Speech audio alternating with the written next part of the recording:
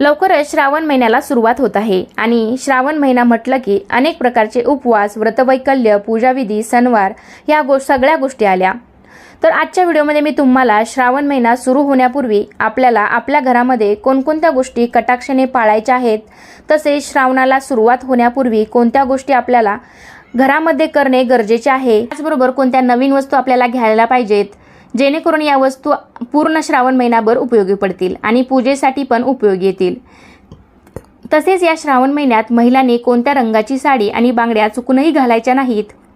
तर अशा प्रकारची संपूर्ण माहिती मी तुम्हाला या व्हिडिओमध्ये देणार आहे। त्यासाठी व्हिडिओ शेवटपर्यंत पहा, जास्तीत जास्त लोकांपर्यंत शेअर करा आणि चॅनलवरती नवीन असाल तर चॅनलला सबस्क्राइब करायला विसरू नका। लगेच व्हिडिओला सुरुवात करूया। श्री स्वामी समर्थ। नमस्कार मंडळी। तर येत्या 13 ऑगस्ट 2026 पासून आपला पवित्र असा श्रावण महिना सुरू होतोय। फक्त काहीच दिवस उरले आहेत, त्यामुळे आपण काहीतरी तयारी करायला हवी। हा महिना अत्यंत पवित्र आणि श्रेष्ठ आहे, कारण या महिन्यात भगवान शंकर आणि माता पार्वतीची पूजा केली जाते। या काळात महादेवाची पूजा केल्याने सर्व इच्छा पूर्ण होतात आणि सोमवारी केलेल्या पूजेचे आणि व्रताचे आपल्याला लगेच फळ मिळते। अनेक कुटुंबामध्ये श्रावण महिना पाळला जातो। अनेक कुटुंब किंवा कुटुंबातील एखादी दुसरी तरी व्यक्ती श्रावण महिना पाळतेच, त्यामुळे आपण आपल्या घरामध्ये काही गोष्टी करणं गरजेचं आहे। तर पहिली गोष्ट म्हणजेच सध्या आषाढ महिना सुरू आहे आणि जे लोक नॉन व्हेजिटेरियन आहेत तर त्यांच्या घरामध्ये आठवड्यातून 1-2 वेळा तरी नॉनव्हेज बनवलं जातं। अनेक प्रकारचे नॉनव्हेजचे पदार्थ आपण घरामध्ये बनवत असतो, कारण पुन्हा महिनाभर तरी आपल्याला खायला मिळत नाही आणि तिथून पुढे सुद्धा सणवार चालू होतात, जसे की गौरी गणपती, नवरात्र। त्यामुळे जे लोक नॉनव्हेज खातात ते बऱ्यापैकी आषाढ महिन्यामध्येच खातात। त्यामुळे आषाढ अमावस्येच्या दिवशी किंवा श्रावण सुरू होण्याच्या 1 दिवस अगोदर तुम्हाला तुमचा किचन ओटा किंवा गॅस असेल ते पूर्णपणे घासून पुसून स्वच्छ करायचा आहे। श्रावण सुरू होण्यापूर्वी गॅस असेल, गॅसचा ओटा असेल किंवा गॅस कट्ट्याचे खालचे कप्पे असतील तर ते पूर्ण आपल्याला स्वच्छ करायचे आहेत, कारण आपला हात इथे तिथे लागलेला असतो आणि श्रावण महिन्यामध्ये आपण अनेक प्रकारचे व्रत करत असतो आणि हा संपूर्ण महिना आपण पाळतो। या महिन्यामध्ये आपण नॉनव्हेज खात नाही, पण आपण इतर दिवशी नॉनव्हेज बनवलेलं असतं, त्यामुळे आपल्याला पूर्ण आपला गॅसचा कट्टा आहे तो साफ करायचा आहे। त्याचबरोबर आपल्याला आपल्या संपूर्ण घराची सुद्धा साफसफाई करायची आहे। घरामध्ये जे काही जाळजळमट असेल ते सुद्धा स्वच्छ करायचं आहे। ज्या काही तुटलेल्या फुटलेल्या वस्तू असतील त्या आपण घराबाहेर काढायच्या आहेत, कारण पुन्हा पूर्ण महिनाभर आपल्याला अशी कामं करायला वेळ मिळत नाही। कारण या महिन्यामध्ये सणांची रेलचेल असते। नागपंचमी असेल, रक्षाबंधन असेल, गोकुळाष्टमी असेल किंवा आपल्या श्रावणी सोमवारचं व्रत असेल। श्रावण महिन्यात कोणी 16 सोमवारचं व्रत करतं, कोणी मंगळागौरीचं व्रत करतं। श्रावणी सोमवारचं तर अनेक जणांचं असतंच। अशा अनेक प्रकारच्या पूजा असल्यामुळे आपल्याला आपल्या घराची पूर्ण साफसफाई करून घ्यायची आहे। या साफसफाईच्या सगळ्या गोष्टी तुम्ही आषाढ अमावस्येला म्हणजेच श्रावण महिना सुरू होण्या अगोदर 1 किंवा 2 दिवस आधी करू शकता आणि संपूर्ण साफसफाई झाल्यानंतर आपल्याला आपल्या घरामध्ये गोमूत्र किंवा पवित्र असं गंगाजल शिंपडायचं आहे, कारण महादेवांना गंगाजल हे अतिशय प्रिय आहे। त्यामुळे तुमच्याकडे जरी नसेल तर ते तुम्ही श्रावण महिना सुरू होण्याआधी घरामध्ये आणून ठेवा, कारण या महिन्यात त्याचा खूप उपयोग होतो। हे तुम्ही श्रावण महिन्याच्या सुरुवातीला घरामध्ये शिंपडा। त्यानंतर सोमवारी अभिषेक करताना तुम्ही गंगाजलाचा सुद्धा वापर करा। शिवलिंगावरती अभिषेक करताना किंवा रोजच्या देवपूजेमध्ये श्रावण महिन्यात तुम्ही गंगाजलाचा वापर करू शकता। गंगाजल म्हणजे गंगेचे पाणी, पवित्र शुद्ध गंगेचे पाणी आपल्याला एखाद्या बॉटलमध्ये भरून आणायचं आहे। तुमच्या जवळपास कुठे देवस्थान असेल तर तिथून तुम्ही आणू शकता किंवा मग हल्ली विकत सुद्धा मिळतं। गंगाजल सुद्धा तुम्ही घरामध्ये आणून ठेवू शकता आणि पहिल्या दिवशी किंवा दर श्रावणी सोमवारी आपल्याला घरामध्ये गंगाजल शिंपडायचं आहे। त्यामुळे आपल्या घराची पूर्ण शुद्धता होते। या महिन्यात आपण अनेक प्रकारचे उपवास करतो। श्रावणी सोमवार, भावाचा उपवास, गोकुळाष्टमीचा उपवास असेल, असे अनेक प्रकारचे उपवास असतात। त्यामुळे आपल्या घरातील ज्या काही भरण्या असतील, डबे असतील ते सुद्धा आपल्याला स्वच्छ करायचे आहेत, कारण उपवास म्हटलं की आपण फराळाचे पदार्थ बनवतो। त्यामध्ये मीठ असेल किंवा साबुदाणा असेल, शेंगदाणे असेल, गूळ असेल, अशा अनेक पदार्थांचा वापर आपल्या फराळामध्ये होत असतो। त्यामुळे श्रावणाला सुरुवात होण्यापूर्वी किंवा श्रावणातल्या पहिल्या दिवशी सुद्धा तुम्ही असे डबे घासून पुसून स्वच्छ करा आणि मिठासाठी एक वेगळीच भरणी करा, कारण आपण रोजचे मीठ बरेच जण मसाल्याच्या डब्यामध्ये ठेवतो, पण मिठाला शक्यतो काचेची किंवा चिनी मातीची भरणी करावी। रोजच्या वापरामध्ये सुद्धा काचेचीच भरणी मिठासाठी वापरावी। पण आता महिनाभर उपवास आहे, त्यामुळे तुम्ही एक वेगळीच काचेची स्वच्छ भरणी करा आणि त्यामध्ये नवीन मीठ आणून भरा किंवा मग उपवासाचे वेगळे सैंधव मीठ मिळतं, ते मीठ थोडंसं गुलाबी रंगाचं असतं, तर ते सैंधव मीठ सुद्धा आणून ते सुद्धा तुम्ही एका स्वच्छ भरणीत भरून ठेवा, म्हणजे जेणेकरून आपले खरकटे हात वगैरे लागणार नाहीत. हा व्रतवैकल्यांचा महिना असल्यामुळे एक भरणी मीठ आपल्याला बाजूला काढून ठेवायचं आहे आणि तेच मीठ आपल्याला उपवासाच्या पदार्थामध्ये वापरायचं आहे. मसाल्याच्या डब्यातलं मीठ मात्र उपवासाच्या पदार्थामध्ये वापरू नका. त्याचबरोबर श्रावणाला सुरुवात होण्यापूर्वी आपण आपल्या घरातला फ्रीज सुद्धा स्वच्छ करायचा आहे, कारण आपण एवढे दिवस नॉनव्हेज बनवलेलं असतं आणि ते उरलं असेल तर आपण ते फ्रीजमध्ये ठेवलेलं असतं. इथला तिथला हात इथे तिथे लागलेला असतो. त्यामुळे आपण श्रावणाला सुरुवात होण्यापूर्वी फ्रीज साफ करायला पाहिजे. आणि फ्रीज काय आपण वारंवार साफ करत नाही, आपण ते कधीतरी महिना 2 महिन्यातून एकदा तरी साफ करतो. श्रावण महिना सुरू होणार आहे तर फ्रीजमध्ये आपण अनेक प्रकारच्या वस्तू ठेवत असतो. उपवासामध्ये आपण जे वापरतो ते हिरव्या मिरच्या, शेंगदाणा कूट असेल, कारण बघा महिनाभर उपवास असतात, त्यामुळे आपण बरेच जण मिरचीची पेस्ट, मिरचीचा ठेचा किंवा शेंगदाण्याचं कूट असल्या अनेक पदार्थ फ्रीजमध्ये ठेवत असतो, जे आपल्याला उपवासाला लागत असतात. आणि वारंवार तरी आपण सारखा फ्रीज साफ करत नाही, फ्रीजचा डीप क्लिनिंग करत नाही. त्यामुळे श्रावण सुरू होण्यापूर्वी जरी तुम्ही फ्रीज साफ केला तरी महिनाभर पुन्हा तरी तुम्हाला फ्रीज साफ करण्याची गरज पडत नाही आणि आपले उपवासाचे पदार्थ सुद्धा व्यवस्थित राहतील.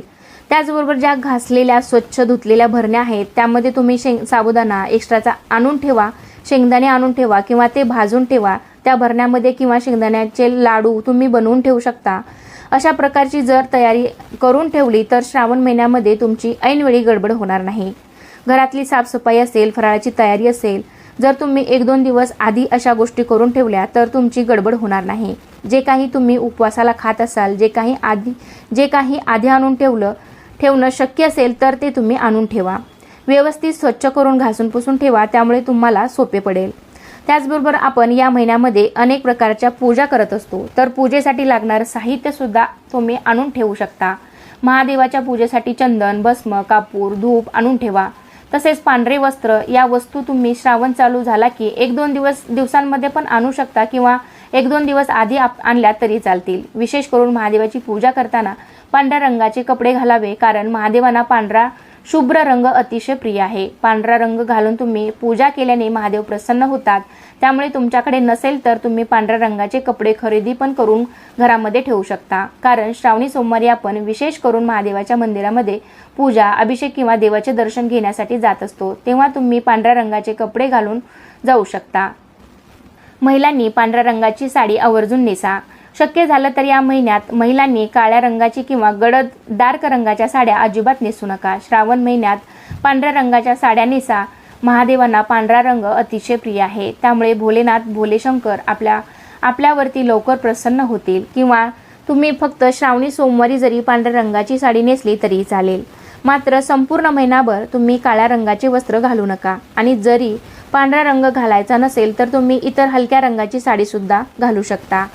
केशरी, लाल, पिवळी तुम्ही हलक्या रंगाची साडी घातली तरीही चालेल, मात्र काळ्या रंगाची साडी किंवा एकदम गडद रंगाची साडी अजिबात घालू नका. आणि शक्य झालं तर संपूर्ण श्रावण महिनाभर शिवलिंगावरती पाणी, जल अर्पण करा, म्हणजेच अभिषेक करा किंवा गंगाजलाचा अभिषेक करा. त्यानंतरच तुम्ही पुढील तुमच्या कामाला सुरुवात करा. असं केल्याने तुमचा संपूर्ण श्रावण महिना अत्यंत सुखाचा जाईल. तसेच आपण महिला बघा, अनेक सणवार आले की हातामध्ये बांगड्या भरतो किंवा नवीन बांगड्या खरेदी करतो. जर तुमच्याकडे हिरव्या रंगाच्या बांगड्या असतील तर तुम्ही या महिन्यामध्ये त्या हिरव्या रंगाच्या बांगड्या आवर्जून घाला, किंवा तुम्हाला घ्यायच्या असतील तर त्या तुम्ही नवीन खरेदी करा. त्यात तुम्ही हिरव्याच रंगाच्या बांगड्या खरेदी करा, कारण हिरव्या रंगाचा आणि श्रावण महिन्याचं विशेष नातं आहे. श्रावण महिना हा हिरवाईने भरलेला असतो. या महिन्याला सुरुवात झाली की सगळीकडे हिरवाई पसरते, निसर्ग भरून जातो आणि बांगड्या हा महिलांच्या शृंगाराचा एक महत्त्वाचा भाग मानला जातो. आपण सोमवारचे व्रत करतो ते आपल्या पतीच्या दीर्घायुष्यासाठी, सुखी संसारासाठी, कुटुंबासाठी, मुलाबाळांसाठी आपण सोमवारी शिवलिंगाची पूजा करतो. तर पूजा करताना आपल्या हातामध्ये बांगड्या ह्या असणं गरजेचं आहे. त्यामुळे तुम्ही शक्य झालं तर हिरव्या रंगाच्या बांगड्या घाला, कारण हिरवा रंग हा निसर्गाशी संबंधित आहे आणि श्रावण महिन्यामध्ये खूप हिरवीगार झाडे सगळीकडे झालेली असतात आणि तुम्ही हिरव्या बांगड्या घातल्यामुळे माता पार्वतीचाही आशीर्वाद तुम्हाला मिळेल. आता तुम्ही पहा, जी काही भगवान शंकराची ठिकाणं असतील, म्हणजे जिथे कुठेही मोठी मोठी मंदिरं असतील तिथे बऱ्याच ठिकाणी हिरवळ असते, कारण मंदिरे ही डोंगरामध्ये किंवा डोंगरावरती असतात. त्यामुळे हिरव्या रंगाचा बराच संबंध असल्यामुळे तुम्ही शक्य झालं तर हिरव्या रंगाच्या बांगड्या घाला. त्यातल्या त्यात तुम्ही काचेच्याच बांगड्या घाला. जरी हिरव्या बांगड्या घालायच्या नसतील तर तुम्ही इतर रंगाच्याही बांगड्या घालू शकता. त्यातल्या त्यात लाल हिरव्या अशा बांगड्या सुद्धा तुम्ही घालू शकता। त्यामध्ये तुम्ही प्लास्टिक किंवा मेटलच्या बांगड्या घालू नका। आवर्जून या दिवशी तुम्ही या इतर रंगाच्या बांगड्या घातल्या तरी काचेच्याच बांगड्या घाला। श्रावण महिन्यामध्ये माता पार्वती आणि भगवान शिवशंकर यांची पूजा केली जाते। त्यामुळे श्रावण महिन्यामध्ये तुम्ही स्त्रियांनी सौभाग्याचे सामान माता पार्वतीला अर्पण करायचे आहे किंवा इतर लोकांना, गरजू व्यक्तींना तुम्ही दान सुद्धा करू शकता। यामुळे पार्वती मातेचा आशीर्वाद तुम्हाला प्राप्त होऊन पतीला दीर्घायुष्यासह तुम्हाला अखंड सौभाग्य मिळू शकते। ज्या कोणी गरीब गरजू महिला असतील त्यांना तुम्ही हिरव्या रंगाच्या बांगड्या, टिकली असं सर्व सौभाग्याचं सामान जरी तुम्ही दान केलं तर तुमच्यासाठी चांगलं राहील। त्याचबरोबर शंकराची पूजा करताना आपल्याला पार्वती मातेचीही पूजा करायची आहे आणि हे सौभाग्याचं सामान पार्वती मातेला अर्पण करायचं आहे। तर तुम्ही या महिन्यामध्ये नवीन हिरव्या बांगड्या, पांढऱ्या रंगाची साडी, त्याचबरोबर गंगाजल, त्याचबरोबर रुद्राक्षाची माळ सुद्धा तुम्ही खरेदी करू शकता। कारण या संपूर्ण श्रावण महिन्यामध्ये महादेवाची आराधना, उपासना करणं हे आपल्यासाठी खूप चांगलं असतं। आपण मंत्र जप करतो तो मंत्र तुम्ही रुद्राक्षाच्या माळेवरती केला तर तो खूप जास्त पुण्यकारक ठरू शकतो। ओम नमः शिवाय या मंत्राचा आपल्याला रुद्राक्षाच्या माळेवरती जप करायचा आहे। त्यामुळे महादेव तुमच्यावरती नक्कीच प्रसन्न होतील आणि तुमच्या सर्व इच्छा पूर्ण होतील। त्यामुळे तुमच्याकडे जर रुद्राक्षाची माळ नसेल तर तुम्ही नक्की खरेदी करा आणि जर असेल तर तुम्ही त्यावरती मंत्र जप नक्की करा। या महिन्यात कोणत्याही प्रकारचे वादविवाद किंवा भांडणे करू नये। आपले आचरण हे चांगले असावे। हा महिना आनंदाचा महिना आहे। महिनाभर तुम्ही महादेवाचे, माता पार्वतीचे ध्यान करा। जर तुम्हाला राग आला तर ओम नमः शिवाय या मंत्राचा जप करा। यामुळे तुमचा राग शांत होईल। तर अशा प्रकारे हा महिना तुम्ही अगदी आनंदात महादेवाच्या सेवेत, नामस्मरणात, दान करण्यात घालवा। असं केल्याने तुम्हाला केलेल्या पूजेचं, व्रताचं अधिक चांगलं पुण्यफळ मिळेल।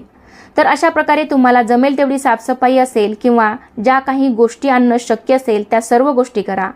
तर आजच्या व्हिडिओमध्ये मी तुम्हाला श्रावण सुरू होण्यापूर्वी आपण काय काय करणं गरजेचं आहे याबद्दलची बरीच माहिती देण्याचा प्रयत्न केला आहे।